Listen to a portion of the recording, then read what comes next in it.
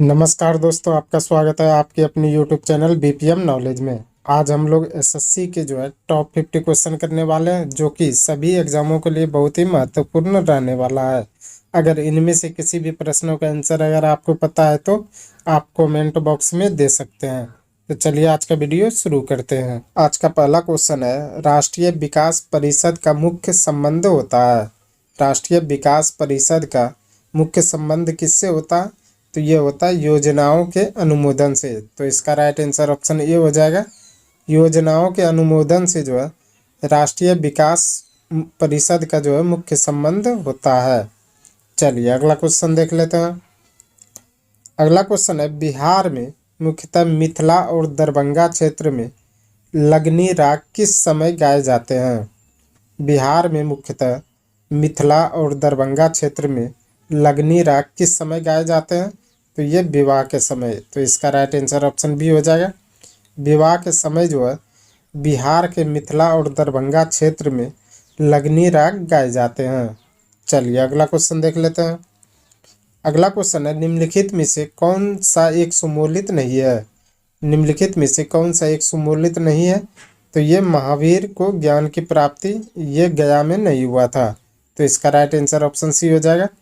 महावीर को ज्ञान की प्राप्ति गया में नहीं हुआ था, जो कि यही सुमूलित नहीं है। महावीर का जन्म कुंडग्राम में हुआ था और मृत्यु पावापुरी में, और महावीर का सर्वाधिक प्रभाव यह वैशाली में हुआ था। तो इसको याद रखिएगा। चलिए अगला क्वेश्चन देख लेते हैं। अगला क्वेश्चन है, किस सतवाहक नरेश ने गाथा सप्तशती नामक महत्वपूर्ण कृति को रचना की? किस सातवाहक नरेश ने गाथा सप्तशती नामक महत्वपूर्ण कृति की रचना की थी? तो ये की थी हाल का। इसका राइट आंसर ऑप्शन बी हो जाएगा। हाल का रचना सातवाहक नरेश गाथा सप्तशती नामक महत्वपूर्ण रचना की थी। चलिए अगला क्वेश्चन देख लेते हैं। अगला क्वेश्चन है, किस मुगल सम्राट के मकबरे में गुंबद का निर्माण नहीं किया गया है? किस मुगल सम्राट के मकबरे में गुंबद का निर्माण नहीं किया गया? तो ये नहीं किया गया अकबर में।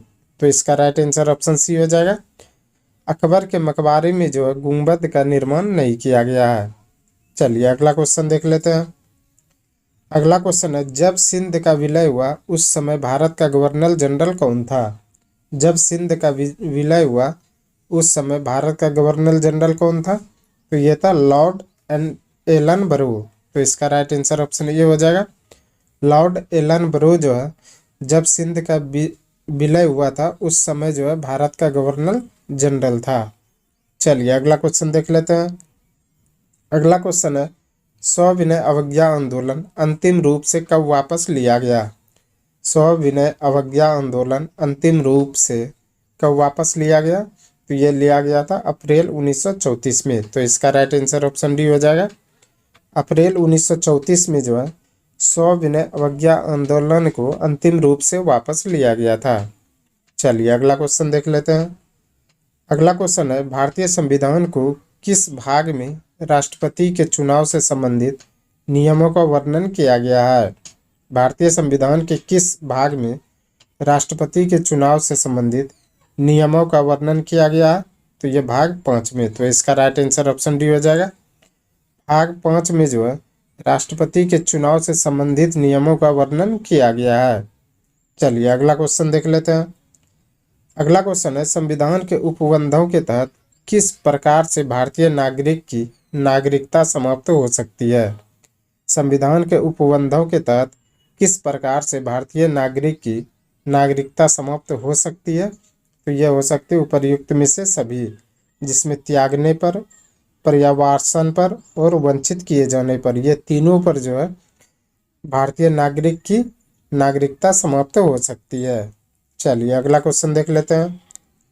अगला क्वेश्चन है, अनुच्छेद 25 से 28 के अंतर्गत प्रदत्त धार्मिक अधिकारों पर राज्य किन अधिकारों पर प्रतिबंध लगा सकता है? अनुच्छेद 25 से 28 के अंतर्गत प्रदत्त धार्मिक अधिकारों पर राज्य किन आधारों पर प्रतिबंध लगा सकता है? तो उपर्युक्त में से सभी, जिसमें लोक व्यवस्था, सदाचार और स्वास्थ्य, ये तीनों पर अनुच्छेद 25 से 28 के अंतर्गत जो है धार्मिक अधिकारों पर जो है राज्य प्रतिबंध लगा सकता है। चलिए अगला क्वेश्चन देख लेते हैं। अगला क्वेश्चन है, राष्ट्रपति पद कार्यवाहक राष्ट्रपति के अलावा सबसे कम अवधि तक पद पर रहने वाले राष्ट्रपति कौन थे? राष्ट्रपति पद पर कार्यवाहक राष्ट्रपति के अलावा सबसे कम अवधि तक पद पर रहने वाले राष्ट्रपति कौन थे? तो ये थे डॉक्टर जाकिर हुसैन। इसका राइट आंसर ऑप्शन बी हो जाएगा। डॉक्टर जाकिर हुसैन जो है यह राष्ट्रपति पद पर कार्यवाहक राष्ट्रपति के अलावा सबसे कम अवधि तक रहने वाले राष्ट्रपति थे। चलिए अगला क्वेश्चन देख लेते हैं। अगला क्वेश्चन है, निम्नलिखित में से कौन सा एक सुमूलित नहीं है? निम्नलिखित में से कौन सा एक सुमूलित नहीं है? तो यह कोलकाता भूतापीय ऊर्जा केंद्र। कोलकाता में जो है भूतापीय ऊर्जा केंद्र नहीं है, तो यही सुमूलित नहीं है। कोयना में जल विद्युत परियोजना है, और कलपक्का में परमाणु शक्ति केंद्र है, और भावनगर में ज्वारीय विद्युत ऊर्जा परियोजना है। तो ये तीनों तो जो है सुमूलित है, लेकिन कोलकाता जो है भूतापीय ऊर्जा केंद्र ये सुमूलित नहीं है। चलिए अगला क्वेश्चन देख लेते हैं।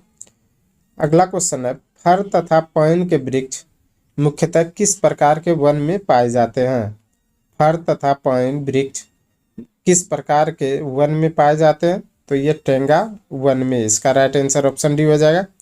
टेंगा वन में जो है फर तथा पाइन के वृक्ष पाए जाते हैं। चलिए अगला क्वेश्चन देख लेते हैं। अगला क्वेश्चन है, ऋग्वेद में सविता का अर्थ किस देवता से है? ऋग्वेद में सविता का अर्थ किस देवता से है? तो यह सूर्य देवता से। इसका राइट आंसर ऑप्शन सी हो जाएगा। ऋग्वेद में सविता का अर्थ जो है सूर्य देवता से है। चलिए अगला क्वेश्चन देख लेते हैं। अगला क्वेश्चन है, लाला लाजपत राय किसके विरुद्ध प्रदर्शन कर रहे थे जब वे पुलिस की बर्बरता के शिकार हुए? लाला लाजपत राय किसके विरुद्ध प्रदर्शन कर रहे थे जब वे पुलिस की बर्बरता के शिकार हुए थे? तो ये हुए थे साइमन कमीशन। इसका राइट आंसर ऑप्शन डी हो जाएगा। साइमन कमीशन के खिलाफ जो है लाला लाजपत राय ने विरोध कर रहा था, और जो है उसी में वो पुलिस की बर्बरता के शिकार हुए थे। चलिए अगला क्वेश्चन देख लेते हैं। अगला क्वेश्चन है, बाउल लोक नृत्य के साथ कौन सा भारतीय प्रदेश संबंध है? बाउल लोक नृत्य के साथ कौन सा भारतीय प्रदेश संबंध है? तो यह है पश्चिम बंगाल। इसका राइट आंसर ऑप्शन बी हो जाएगा। पश्चिम बंगाल जो है बाउल लोक नृत्य के साथ जो है संबंध है। चलिए अगला क्वेश्चन देख लेते हैं। अगला क्वेश्चन है, प्रजा समाजवादी पार्टी का संस्थापक कौन था? प्रजा समाजवादी पार्टी का संस्थापक कौन था? तो ये था जयप्रकाश नारायण। इसका राइट आंसर ऑप्शन ए हो जाएगा। जयप्रकाश नारायण जो है यह प्रजा समाजवादी पार्टी का संस्थापक था। चलिए अगला क्वेश्चन देख लेते हैं। अगला क्वेश्चन है, पश्चिमी घाट की सबसे ऊंची चोटी कौन सी है? पश्चिमी घाट की सबसे ऊंची चोटी कौन सी है? तो यह है केंद्रमुख। इसका राइट आंसर ऑप्शन ए हो जाएगा। केंद्रमुख जो है यह पश्चिमी घाट की सबसे ऊंची चोटी है। चलिए अगला क्वेश्चन देख लेते हैं। अगला क्वेश्चन है, शांति निकेतन की स्थापना किसने की थी? शांति निकेतन की स्थापना किसने की थी? तो ये की थी रविंद्रनाथ टैगोर ने। इसका राइट आंसर ऑप्शन बी हो जाएगा। रविंद्रनाथ टैगोर ने जो है शांति निकेतन की स्थापना की थी। चलिए अगला क्वेश्चन देख लेते हैं। अगला क्वेश्चन है, भारत के कितने राज्य कहीं भी समुद्र को नहीं छूते? भारत के कितने ऐसे राज्य हैं जो कि कहीं भी समुद्र को नहीं छूते हैं? तो यह 19 राज्य। इसका राइट आंसर ऑप्शन बी हो जाएगा। भारत के 19 राज्य जो हैं वह भारत के जो है कहीं भी समुद्र को नहीं छूते हैं। चलिए अगला क्वेश्चन देख लेते हैं। अगला क्वेश्चन है, भारत के नियंत्रक और महालेखा परीक्षक की नियुक्ति कौन करता है? भारत के नियंत्रक एवं महालेखा परीक्षक की नियुक्ति कौन करता है? तो ये करता है वित्त मंत्री। इसका राइट आंसर ऑप्शन बी हो जाएगा। वित्त मंत्री जो है भारत के नियंत्रक एवं महालेखा परीक्षक की नियुक्ति करता है। चलिए अगला क्वेश्चन देख लेते हैं। अगला क्वेश्चन है, अर्जुन पुरस्कार कब शुरू हुए? अर्जुन पुरस्कार कब शुरू हुए थे? तो ये 1961 में। इसका राइट आंसर ऑप्शन ए हो जाएगा। 1961 में जो है अर्जुन पुरस्कार शुरू किए गए थे। चलिए अगला क्वेश्चन देख लेते हैं। अगला क्वेश्चन है 21 जून को किस स्थान पर दिन और रात बराबर होते हैं? 21 जून को किस स्थान पर दिन और रात बराबर होते हैं? तो ये होते हैं भूमध्य रेखा पर। इसका राइट आंसर ऑप्शन बी हो जाएगा। भूमध्य रेखा पर जो है 21 जून को दिन और रात बराबर होते हैं। चलिए अगला क्वेश्चन देख लेते हैं। अगला क्वेश्चन है किस देश के गुप्तचर संगठन का नाम बॉस है? किस देश के गुप्तचर संगठन का नाम बॉस है? तो यह दक्षिण अफ्रीका का। इसका राइट आंसर ऑप्शन सी हो जाएगा। दक्षिण अफ्रीका के गुप्तचर संगठन का नाम जो है बॉस है। चलिए अगला क्वेश्चन देख लेते हैं। अगला क्वेश्चन है विश्व की सर्वाधिक प्राचीन पहाड़ियाँ कहाँ है? विश्व की सर्वाधिक प्राचीन पहाड़ियाँ कहाँ है? तो यह है अरावली में। इसका राइट आंसर ऑप्शन डी हो जाएगा। अरावली में जो है विश्व की सर्वाधिक प्राचीन पहाड़ियाँ है। चलिए अगला क्वेश्चन देख लेते हैं। अगला क्वेश्चन है कजाकिस्तान की राजधानी क्या है? कजाकिस्तान की राजधानी कहाँ है? तो यह अस्ताना। इसका राइट आंसर ऑप्शन सी हो जाएगा। अस्ताना जो है कजाकिस्तान की राजधानी है। चलिए अगला क्वेश्चन देख लेते हैं।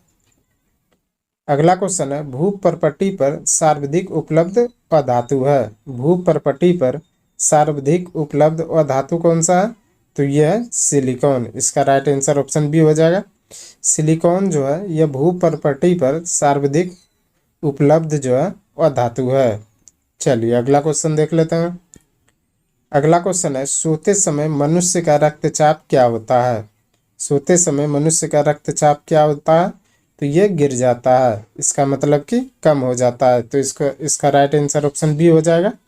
सोते समय जो है मनुष्य का रक्तचाप जो है कम हो जाता है। चलिए अगला क्वेश्चन देख लेते हैं। अगला क्वेश्चन है मांसपेशियों में मुख्यतः कौन सी प्रोटीन पाई जाती है? मांसपेशियों में मुख्यतः कौन सी प्रोटीन पाई जाती है? तो ये मायोसिन प्रोटीन पाई जाती है। तो इसका राइट आंसर ऑप्शन बी हो जाएगा। मायोसिन जो है मांसपेशियों में मुख्यतः प्रोटीन पाई जाती है। चलिए अगला क्वेश्चन देख लेते हैं।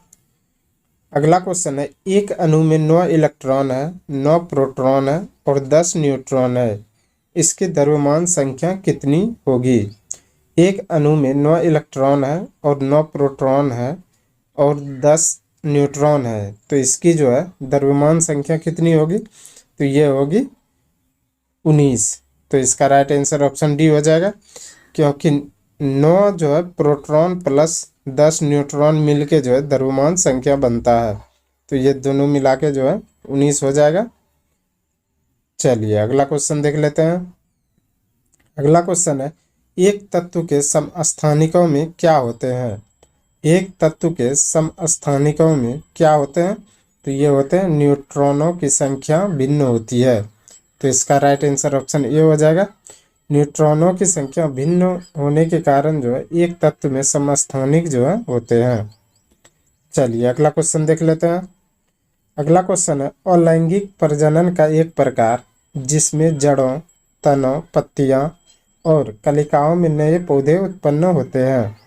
अलैंगिक प्रजनन का एक प्रकार जिसमें जड़ों, तनों, पत्तियां और कलिकाओं में नए पौधे का उत्पन्न होते हैं। तो ये होता है वनस्पतिक प्रजनन में। इसका राइट आंसर ऑप्शन ए हो जाएगा। वनस्पतिक प्रजनन में जो है यह जड़ों, तनों, पत्तियां और कलिकाओं में नए पौधे जो है उत्पन्न होते हैं। चलिए अगला क्वेश्चन देख लेते हैं। अगला क्वेश्चन है कास्टिक सोडा का रासायनिक नाम क्या है? कास्टिक सोडा का रासायनिक नाम क्या है? तो यह सोडियम हाइड्रोक्साइड। तो इसका राइट आंसर ऑप्शन ए हो जाएगा। सोडियम हाइड्रोक्साइड जो है यह कास्टिक सोडा का रासायनिक नाम है। चलिए अगला क्वेश्चन देख लेते हैं। अगला क्वेश्चन है निम्नलिखित में से कौन सा पदार्थ केवल एक तत्व से निर्मित होता है? निम्नलिखित में से कौन सा पदार्थ केवल एक तत्व से निर्मित होता है? तो ये हीरा। इसका राइट आंसर ऑप्शन डी हो जाएगा। हीरा जो है यह केवल एक तत्व से जो है निर्मित होता है। चलिए अगला क्वेश्चन देख लेते हैं। अगला क्वेश्चन है तापमापी में पारा क्यों प्रयोग किया जाता है? तापमापी में पारा क्यों प्रयोग किया जाता है? क्योंकि तापमापी की दीवारों से नहीं चिपकता है। तो इसका राइट आंसर ऑप्शन डी हो जाएगा। तापमापी की दीवारों से नहीं चिपकने के कारण जो है तापमापी में पारा का प्रयोग किया जाता है। चलिए अगला क्वेश्चन देख लेते हैं। अगला क्वेश्चन है, छोटी आंत को किसके ग्रहणी में विभाजित किया जाता है? छोटी आंत को किसके ग्रहणी में विभाजित किया जाता है? तो ये किया जाता है इलियम के। तो इसका राइट आंसर ऑप्शन डी हो जाएगा। इलियम में जो है छोटी आंत के जो है ग्रहणी को विभाजित किया जाता है। चलिए अगला क्वेश्चन देख लेते हैं। अगला क्वेश्चन है, टी मापक पर निम्नलिखित में से किसका मापन किया जाता है? टी मापक पर निम्नलिखित में से किसका मापन किया जाता है? तो ये किया जाता है चक्रवातों की शक्ति का। इसका राइट आंसर ऑप्शन सी हो जाएगा। चक्रवातों की शक्ति का जो है टी मापन में जो है उपयोग किया जाता है। चलिए अगला क्वेश्चन देख लेते हैं। अगला क्वेश्चन है, कार्नोलाइट निम्नलिखित में से किसका अयस्क है? कार्नोलाइट निम्नलिखित में से किसका अयस्क है? तो यह है मैग्नीशियम का। इसका राइट आंसर ऑप्शन डी हो जाएगा। कार्नोलाइट जो है यह मैग्नीशियम का अयस्क है। चलिए अगला क्वेश्चन देख लेते हैं। अगला क्वेश्चन है, आतिशबाजी में हरा रंग किसकी उपस्थिति के कारण होता है? आतिशबाजी में हरा रंग किसकी उपस्थिति के कारण होता है? तो ये होता है बेरियम की उपस्थिति के कारण। तो इसका राइट आंसर ऑप्शन सी हो जाएगा। बेरियम की उपस्थिति के कारण जो है आतिशबाजी में हरा रंग होता है। चलिए अगला क्वेश्चन देख लेते हैं। अगला क्वेश्चन है, डायबिटीज रोग में शरीर का कौन सा अंग सही ढंग से कार्य नहीं करता है? डायबिटीज रोग में शरीर का कौन सा अंग सही ढंग से कार्य नहीं करता है? तो ये अग्नाशय। इसका राइट आंसर ऑप्शन सी हो जाएगा। अग्नाशय जो है डायबिटीज रोग में जो है शरीर का अंग काम ढंग से नहीं करता है। चलिए अगला क्वेश्चन देख लेते हैं। अगला क्वेश्चन है, निम्नलिखित में से कौन सा एक गैर संचारी रोग है? निम्नलिखित में से कौन सा एक गैर संचारी रोग है? तो यह है मिर्गी। इसका राइट आंसर ऑप्शन बी हो जाएगा। मिर्गी जो है यह एक गैर संचारी रोग है।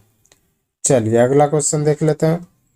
अगला क्वेश्चन है, कौन से विटामिन की कमी के फलस्वरूप अतिसार के साथ त्वचा की सूजन और छाजन यानी एक्जिमा होते हैं? कौन से विटामिन की कमी के फलस्वरूप अतिसार के साथ त्वचा की सूजन और छाजन एक्जिमा होते हैं? तो ये होते हैं निकोटीनिक अम्ल के कारण। इसका राइट आंसर ऑप्शन सी हो जाएगा। निकोटीनिक अम्ल के कारण जो है अतिसार के साथ त्वचा की सूजन और छाजन यानी एक्जिमा होते हैं। चलिए अगला क्वेश्चन देख लेते हैं। अगला क्वेश्चन है, निम्नलिखित अणुओं में से किसमें दो सन्निकट कार्बन परमाणु में सबसे अधिक दूरी होते हैं? निम्नलिखित अणुओं में से किसमें दो सन्निकट कार्बन परमाणु में सबसे अधिक दूरी होते हैं? तो ये होते हैं इथेन में। इसका राइट आंसर ऑप्शन बी हो जाएगा। इथेन में जो है दो सन्निकट कार्बन परमाणुओं में सबसे अधिक दूरी होते हैं। चलिए अगला क्वेश्चन देख लेते हैं। अगला क्वेश्चन है, निम्नलिखित में से कौन सी बीमारियां जीवाणु जनित है? निम्नलिखित में से कौन सी बीमारियां जीवाणु जनित है? तो यह है हैजा, टाइफाइड, निमोनिया, डिप्थीरिया, लिप्रोसी। ये सभी जो है यह जीवाणु रहित रोग है। तो इसका राइट आंसर ऑप्शन ए हो जाएगा। चलिए अगला क्वेश्चन देख लेते हैं। अगला क्वेश्चन है, मनुष्य के चर्म के रंग का कारण होता है? मनुष्य के चर्म के रंग का कारण होता है?